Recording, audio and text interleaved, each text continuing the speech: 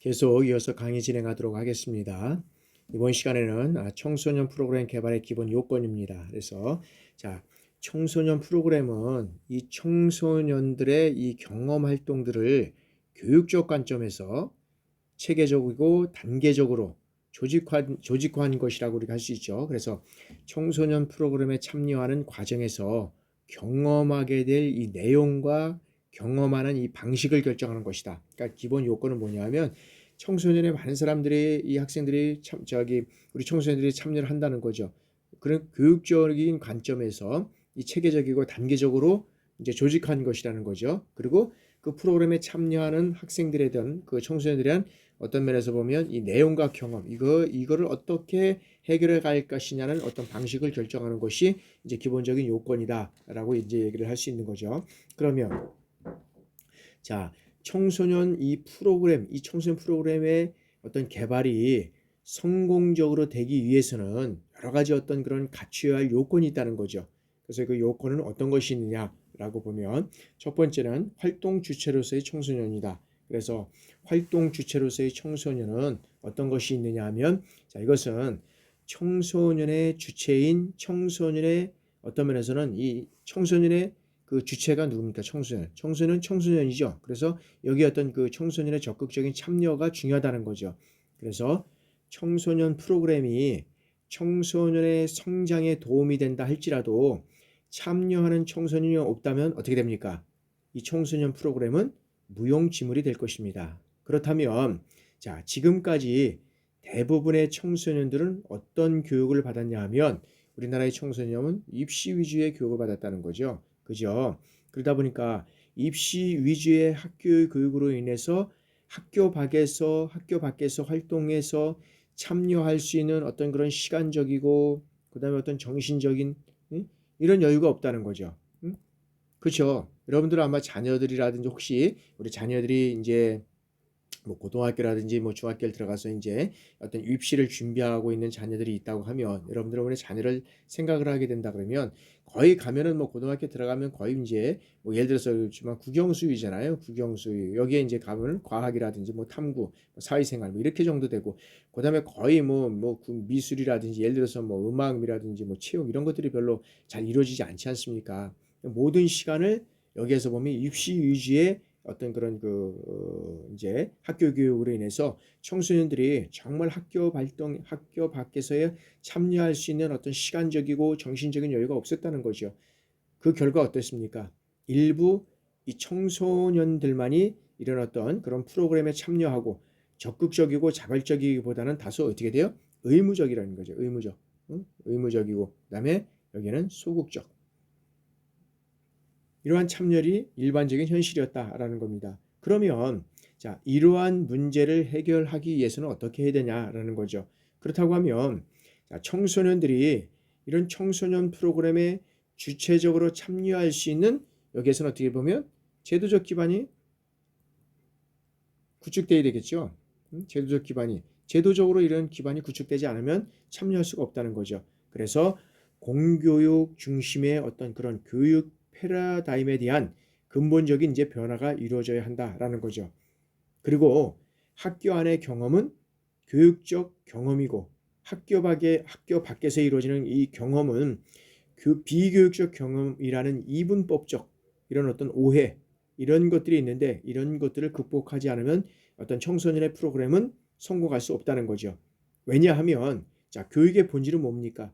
그 핵심 요소로서의 이 경험 성장의 지원 과정이 존재하는가에 있기 때문에 이것이 상당히 중요하다는 거죠. 그래서 이 청소년 프로그램의 진행 과정에서도 청소년이 자기 주도성을 회복시켜주는 어떤 그런 노력이 필요하다는 거죠. 그래서 이런 청소년 프로그램은 청소년 지도자가 의도하는 활동이 아니라 청소년의 어떤 그런 자기주도적인 이 경험 성장을 기본적으로 하는 활동이다라고 우리가 말씀드릴 수 있습니다. 따라서 이런 청소년 프로그램의 참모습을 실현하기 위해서는 어떻게 해야 되냐면 이 청소년 활동에 대한 자기주도성, 이 자기주도성이 발현되도록 하는데 초점을 맞춰야 한다는 것입니다. 그리고 이런 청소년 프로그램을 통해서 이러한 자기주도적 활동을 가능하도록 지원하는 이 체계로 인식되어야 한다라는 것입니다. 자기주도성이 여기에서는 상당히 중요하다는 거죠. 그래서 요즘에 고등학교도 보면 자기주도 학습 능력 뭐 이런 것들이 있잖아요. 그래서 보면 이제 고등학교에서도 보면 자기주도 학습 능력이 가능한 사람들을 뽑아서 여기에서는 이제 월요일부터 이제 예를 들어서 뭐 금토 주일까지 해서 계속적으로 뭐 시간당 한 4시간 정도로 자기가 공부를 할 수 있게끔 만들어 놓은 거죠. 그래서 이 학생들이 그 학교를 대표해서 이제 뭐 예를 들어 수도권에 어떤 인서울 하고 있는 그다음 좋은 대학을 가는 이런 이제 뭐 체제를 하고 있는 대학 고등학교들이 많이 있더라고요. 그래서 하여튼간에 자기주도 여기는 공교육뿐만 아니라 예를 들어서 학교 밖에 이런 어떤 그런 프로그램들도 자기주도적 이런 활동들이 이루어져 갈 수 있도록 어떤 제도적으로 그다음에 여러 가지 어떤 체계를 지원하고 그런 노력하는 그런 것들이 있어야 된다. 그러지 않고는 이 청소년 프로그램은 성공하기 어렵다는 거죠. 그죠? 자, 두 번째는 경험 학습 촉진자로서의 어떤 지도자다. 경험 학습 촉진자로서. 자, 청소년 프로그램 내에서 이루어지는 활동은 청소년의 선택과 필요에 의해서 수용되는 활동이라고 우리가 볼 수 있다는 거죠. 그래서 청소년 지도자가 어떠한 자세와 능력을 가졌는가는 청소년 프로그램의 효과를 결정한다는 점에서 아주 중요한 의미를 갖는다라고 우리가 볼 수 있다는 거죠. 그래서 청소년 지도자는 자, 일반적으로 청소년을 위한 어떤 격려자, 청소년을 위한 어떤 격려자, 그 다음에 상담자, 그 다음에 어떤 매개자로서의 어떤 역할을 해야 한다는 겁니다.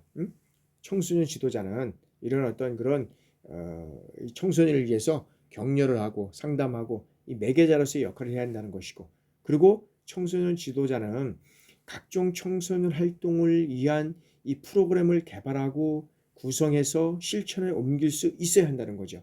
그죠? 그래서 청소년 지도자는 가장 어떤 면에서 보면 중요한 것은 뭐냐면 이 청소년 개발, 프로그램을 어떻게 개발하고 그것을 어떻게 실천에 옮길 수 있는가, 이것이 상당히 중요하다는 거죠. 그래서 청소년들의 어떤 요구를 규명하고 그리고 여기에 필요한 정보를 제공함으로 인해서 이 프로그램의 어떤 목표에 맞게 구성원 간의 융화와 그다음에 어떤 단결에 힘쓰고 사기를 높이는 역할을 해야 한다는 것입니다.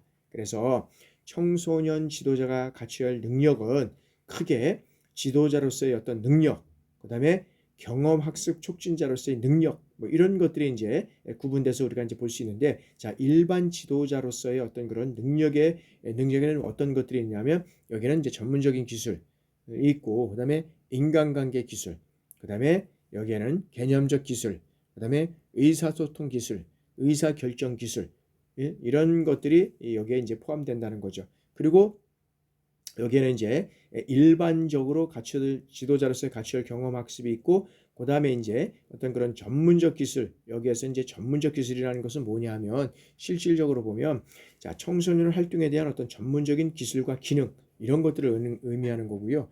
인간관계 기술은 자, 청소년 활동의 전개 과정에 관계되는 이 사람들과의 관계에 있어서 어떻게 조화롭게 이 활동을 전개하고 이끌어갈 수 있느냐라는 어떤 능력을 의미한다는 거죠. 그리고 이 개념적 기술은 청소년 활동을 하나의 어떤 총체로 이해하는 능력을 우리가 얘기를 할 수 있고요.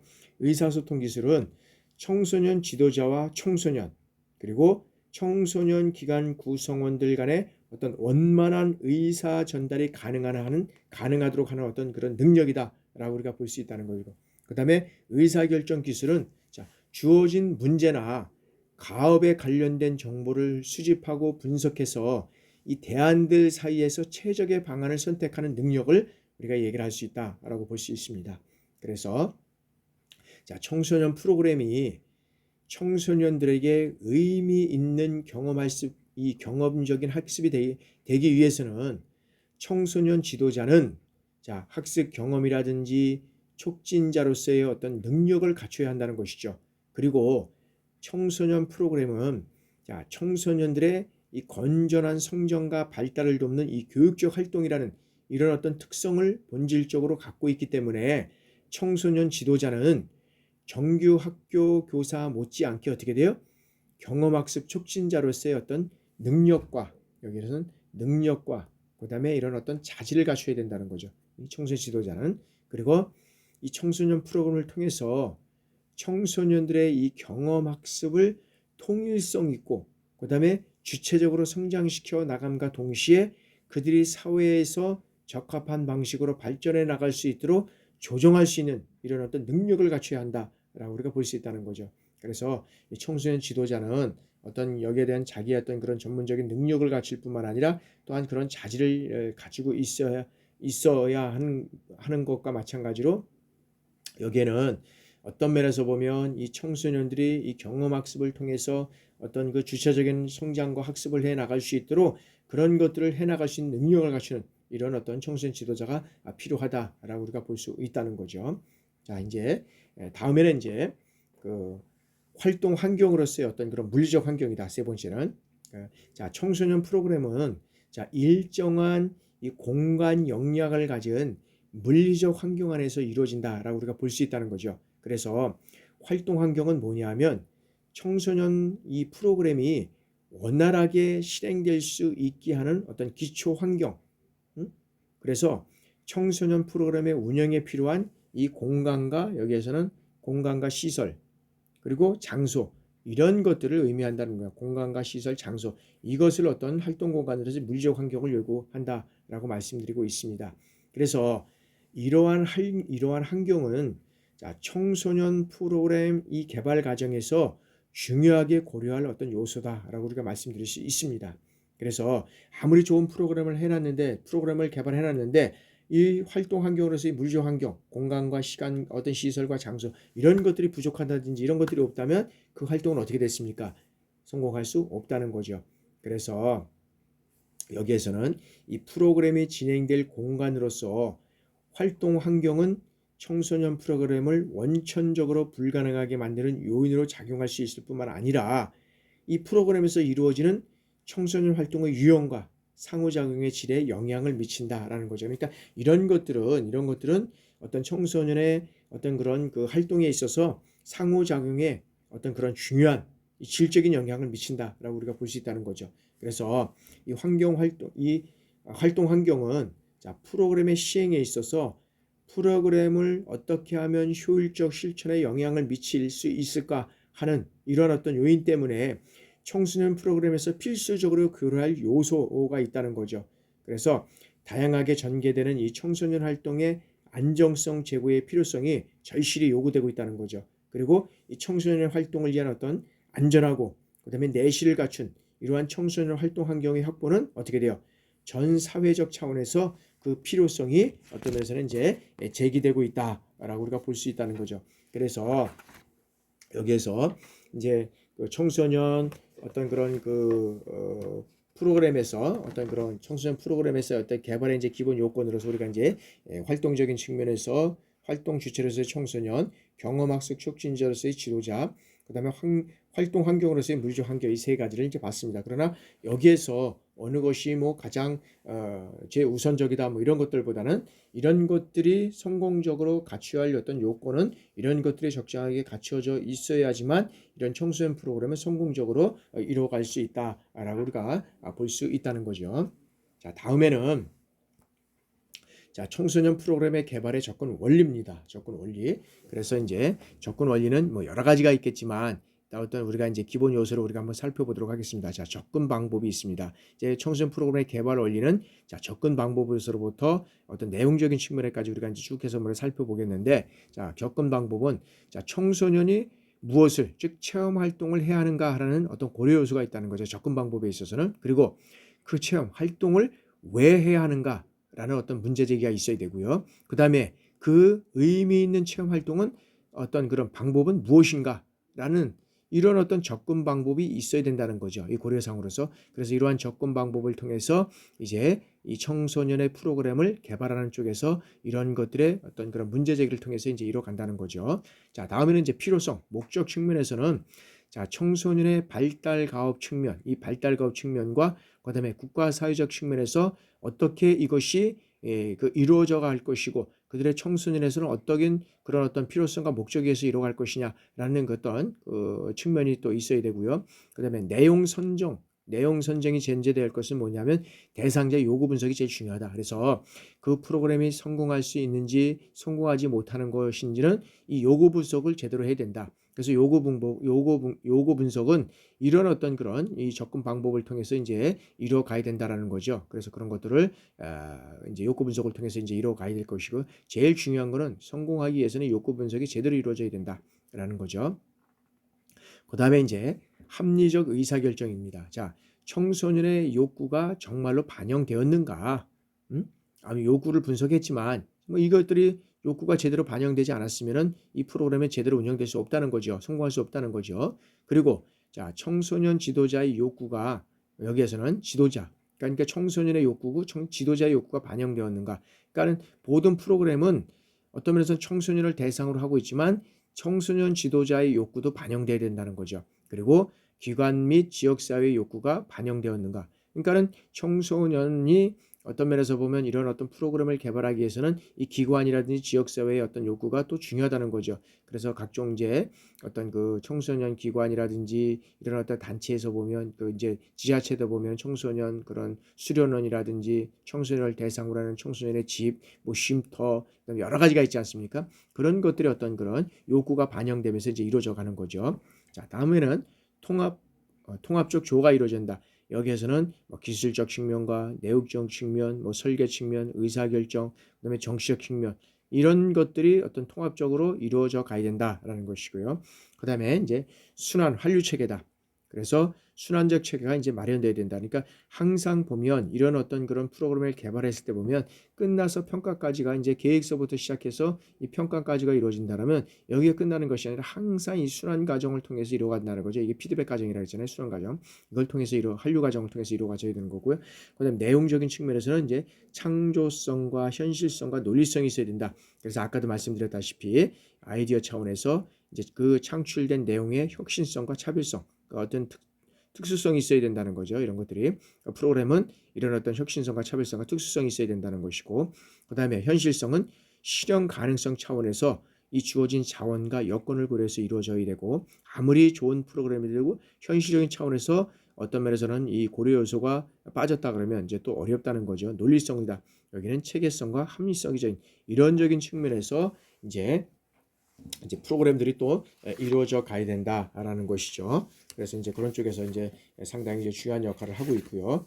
다음에는 이런 청소년 프로그램의 이제 개발의 접근 원리에서 이제 청소년 중심의 원칙이다. 그래서 청소년의 이 특성과 정서를 감안해서 프로그램 형태를 누구 중심으로? 청소년 중심을 고려해야 된다. 청소년을 고려해야 되고, 그 다음에 성인들만이 만든 이 프로그램보다 청소년이 직접 어떻게 돼요? 참여해서 만든 이 프로그램에 더 큰 가치를 부여한다는 거죠. 그러니까 이거는 이제 사실 보면 성인들이 성인들을 대상으로 해서 청소년들에서 이런 프로그램들을 만들게 된다 그러면 뭐 좋은 프로그램도 많이 나올 수 있습니다. 그러나 청소년들의 입장에서 청소년들의 어떤 요구 분석을 반영해서 이런 어떤 조사를 반영을 해서 이런 것들이 이루어진다 그러면, 그리고 청소년의 입장에서 이런 프로그램들을 이루어간다 그러면 또 좋은 프로그램들이 이루어질 수 있다는 거죠. 그래서 꼭 뭐 어떤 그런 청소년들이 직접 참여하는 프로그램에 더 가치가 있다고는 하지만 꼭 청소년이 꼭 참여해야 된다라기보다는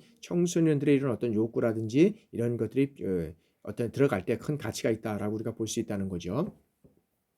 자, 다음에는 프로그램의 특성상 성인 지도자들에 의해서 이 프로그램이 개발되고 추진되는 이 프로그램일지라도 청소년 참가자의 어떤 자율적인 활동이 보장돼야 된다. 그러니까 아무래도 이런 어떤 청소년이 개발되고 여러 가지 어떤 좋은 프로그램이 이루어질지라도 청소년 참가자의 어떤 자율적인 활동이 보장되지 않으면 또 이 프로그램들의 어떤 접근하는 데 있어서는 좀 약간 좀 문제가 있다라고 우리가 볼 수 있다는 거죠. 자, 다음은 실천 사례의 접목과 적용성에 강하다. 그래서 청소년 프로그램은 이 목적과 목표를 명확히 하고 분명한 개발 이념에 따라서 개발이 돼야 된다. 그래서 청소년 프로그램은 분명한 그 목적이 있어야 되는 거죠. 목적과 목표를 명확히 해야 된다. 그래서 예를 들어서 뭐 청소년들에 대한 어떤 흡연 뭐 예를 들어서 뭐 어떤 과학 관련된 어떤 프로그램을 한다든지, 그다음에 어떤 예를 들어서 인터넷 뭐 중독이라든지 예를 들어서 이런 것들에 대한 어떤 목적과 목표를 명확하게 해서 이런 프로그램들이 이루어갈 때 그 프로그램은 성공할 수 있다라고 우리가 이제 볼 수 있다는 거죠. 자, 다음에는 프로그램의 개발의 제 원칙에 준수다. 그래서 프로그램의 그 개발하는 데 원칙을 준수해야 되는 것은 어떻겠냐. 자, 첫 번째는 이 계획과 조직의 단계다. 그래서 자, 목표와의 일관성이 있어야 되고, 자, 능력과 흥미의 어떤 적합성, 그다음에 지도 가능성, 목적과 경험의 다원화, 그다음에 어떤 실용성, 이런 것들이 이 프로그램의 계획하고 조직하는 단계에서 이런 것들이 있어야 된다는 거죠. 그러니까 목표를 명확하게 하고, 그다음에 일관성이 있어야 되고, 그다음에 어떤 면에 흥미가 있어야 되는 거죠. 그리고 그 흥미와 관련된 적합성이 있어야 되고, 여러 가지 어떤 그런 이런 어떤 실용성이 있는 프로그램들이 개발되어야 된다. 그다음에 계획 단계에서는 그렇게 하고, 이 시행 단계에서는 뭐가 있어야 되냐? 자, 프로그램 내용 상호 간에 밀접하게 뭐가 있어야 돼요? 이 연관성을 갖게 돼야 된다는 거죠. 그래서 구체적인 것에서, 이 구체적인 것에서 이제는 어떤 면에서는 추상적인 것으로, 그 다음에 쉬운 것에서부터 여기는 어려운 것으로, 그 다음에 가까운 것에서부터 먼 것으로 이 연관 짓는 이런 프로그램들이 이루어져 가야 된다. 그러니까 상호 연관성을 갖고 이 프로그램들이 이루어져 가야 된다. 그러니까 이 프로그램을 진행하는 것만 꼭 연관성 있는 것이 아니라 어떤 공교육에서도 보면 연관성이 있다는 거죠. 제6차 교육과정과 예를 들어서 제7차로 간다 그러면 7차 교육과정과의 어떤 뭐는 배우는 연계성이 뭐냐? 연계성이 중요하다는 거죠. 연계성을 통해서 이러한 교육과정들이 이루어가고, 또 일반적인 청소년 프로그램에 있어서도 상당히 어떤 그런 연관성을 중시하고 되어 있다라고 우리가 볼 수 있고요. 자, 그러면 다음에 이제는 프로그램 평가 단계에 있어서는 자, 이 진행된 프로그램에 대해서 지속적으로 평가를 실시해야 된다는 거죠. 그래서 평가를 통해서 실시해야 되고, 여기에서는 계속적으로 평가를 통해서 끝내는 것이 아니라, 늘 말씀드리지만 이 프로그램은 계획 단계가 있고, 우리 계획이나 어떤 기획 단계가 있다 그랬죠. 그 다음에 어떤 단계가 있어요? 시행 단계가 있고, 그 다음에 이제는 평가 단계가 있다. 그래서 항상 모든 것들은 어떤 프로그램이나 어떤 그런 교육 과정은 이런 계획을 통해서 시행하고 운영을 하고 평가를 통해서 이루어져 가야 된다는 거죠. 그럼 평가가 끝나는 것이 아니라 항상 환류 과정, 피드백 과정이 있다 그랬잖아요. 그죠? 여기에서는 이 피드백 과정을 이루어져 가야 된다. 그래서 여기에서 이루어졌던 그런 어떤 여러 가지 보완할 문제, 또한 여러 가지 어떤 그런 그 미비한 문제는 다시 이 계획 단계에서 보완이 돼서 이루어져 가지고 다시 내려와야 된다는 거죠. 이런 과정들이 끊임없이 이루어져 가야 된다라는 거죠. 그렇게 된다 그러면 자, 이제 청소년 프로그램의 개발의 접근 방법을 우리가 한번 살펴보도록 하겠습니다. 그래서 개발의 접근 방법은 우리가 이제 네 가지 선형적 접근에서부터 이제 통합적 접근이 있는데, 요거는 다음 장에서 한번 말씀을 드리겠습니다. 자, 선형적 접근 방법인데, 이 선형적 접근 방법은 뭐냐 하면은 프로그램을 개발하는 데 있어서 가장 보편적으로 사용되는 방법이다. 선형적 방법은. 그래서 한 단계를 마무리를 한 후에 이제 다음 단계에서 수행할 이 절차를 연속적으로 진행시켜 나가는 것. 그래서 각 단계마다 어떻게 돼요? 이 가업이 명확하고, 그다음에 단순하고 안정감을 준다는 거죠. 선형적 접근은. 단점은 뭐냐면, 자, 기간을 지나치게 어떤 정적인 것으로 이제 가정을 하고 있다는 거죠. 그래서 프로그램의 어떤 선형적 접근 방법은 요구 분석을 통해서 목표 설정을 하고, 그 다음에 프로그램을 설계하고, 예산이나 자원 확보를 하고, 그 다음에 마케팅을 하고, 그 다음에 실행한다. 실행한다. 그래서 여러 가지 이제 선형적 접근 방법은 이런 어떤 접근 방법 과정을 통해서 이제 이루어간다는 거죠. 자, 다음에는 이제 비선형적 접근 방법입니다. 비선형적 접근 방법은 자, 같은 시간에 몇 개의 절차가 동시에 수행이 되는 겁니다. 그러니까 같은 시간에 몇 개의 절차가 동시에 수행을. 그러다 보니까 어떻게 돼요? 시간상의 제약을 받지 않고 있다는 거죠. 그리고 각 단계가 계속적으로 이 순환돼서 이루어져 간다는 거죠. 그죠? 순환돼서 이루어져 가시고, 그다음에 이제 절차적이고 단계적으로 진행되는 것이 아니라, 이 절차적이고 단계적으로 진행되는 것이 아니라 프로그램의 개발자의 이 경험을 통해서 여러 과정이 어떻게 돼요? 동시에 또는 순환적으로 진행되는 것이 이제는 비선형적 접근 방법이다. 그래서 이제 프로그램의 접근 방법은 이제 이런 어떤 접근 방법이 이제 우리가 이제 찾아볼 수 있고요. 다음에는 이제 우리가 비통합적 접근 방법과 이제 여기서는 통합적 접근 방법인데, 우리나라에서 가장 많이 사용하는 건지 이게 두 가지라는 거죠. 그러니까 비통합적 접근 방법은 자, 새롭게 개발하기보다는 이 다른 기관들이 이미 개발해서 사용하고 있거나, 그 다음에 새롭게 개발한 프로그램을 그대로 원용해서 활용한다는 이 점에서 모방적인 이런 어떤 접근 방법이 있다라는 거죠. 근데 이거는 장점은 뭐냐면 자, 다소 인기가 없거나 잘못된 프로그램에 대해서는 어떻게 돼요? 쉽게 바꿀 수 있다는 거죠. 그리고 프로그램의 개발에 드는 어떤 비용과 시간 이런 것들을 절약할 수 있고 지역사회 학습자의 어떤 특성이 어느 정도 유사한 경우에는 어떻게 돼요? 프로그램 결과를 예측할 수 있다는 거죠.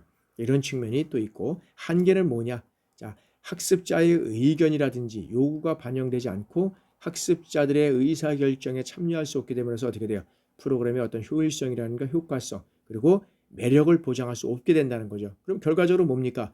이 프로그램은 지속 가능한 성장을 보장할 수 없다는 이 한계가 있다는 거죠. 그래서 어떤 면에서는 이제 비통합적 접근 방법을 우리가 많이 사용하고 있는데 기존에 사용하고 있는 프로그램을 모방해서 사용하는 것이 이제 이런 어떤 비통합적 접근 방법이다.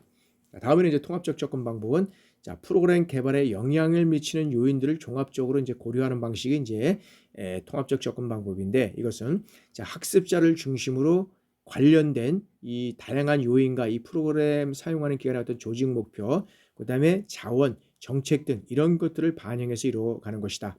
그래서 이런 접근 방법은 자, 총체적 분석적이기 때문에 개발의 과정이 어떻게 돼요? 복잡하고 그다음에 전문적인 능력이 필요하다는 거죠. 그리고 장점은 뭐냐면 다른 방법에 비해서 이 개발의 오차를 최소화할 수 있다. 왜 오차를 최소화할 수 있습니까? 여기는 전문적, 이 과정이 복잡해요. 그다음에 전문적인 능력이 필요해요. 그러다 보니까 여기에서는 이런 어떤 오차를 최대한으로 줄일 수 있는 이러한 방법으로 우리가 사용되고 있다라고 우리가 볼 수 있습니다. 자, 지금까지 청소년 프로그램의 어떤 개발의 원리와 접근 방법을 살펴봤습니다. 여러분들이 다 어떤 접근 방법을 어떤 면에서는 이해할 수 없고 그것을 활용할 수 없다 하더라도 여러분들이 이제 어떤 그런 군에서 교육 과정을 만든다든지 그다음에 이제 여러분들이 전역을 해서 이 청소년 지도자로서의 어떤 역할을 이제 할 때 또 이제 현역이 이제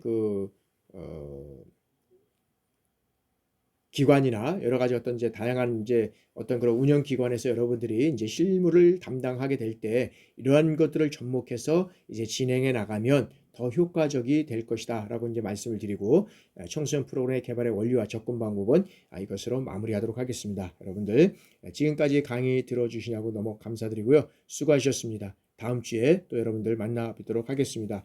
여러분들 강의 잘 들으시고 다음 주에 뵙겠습니다. 감사합니다.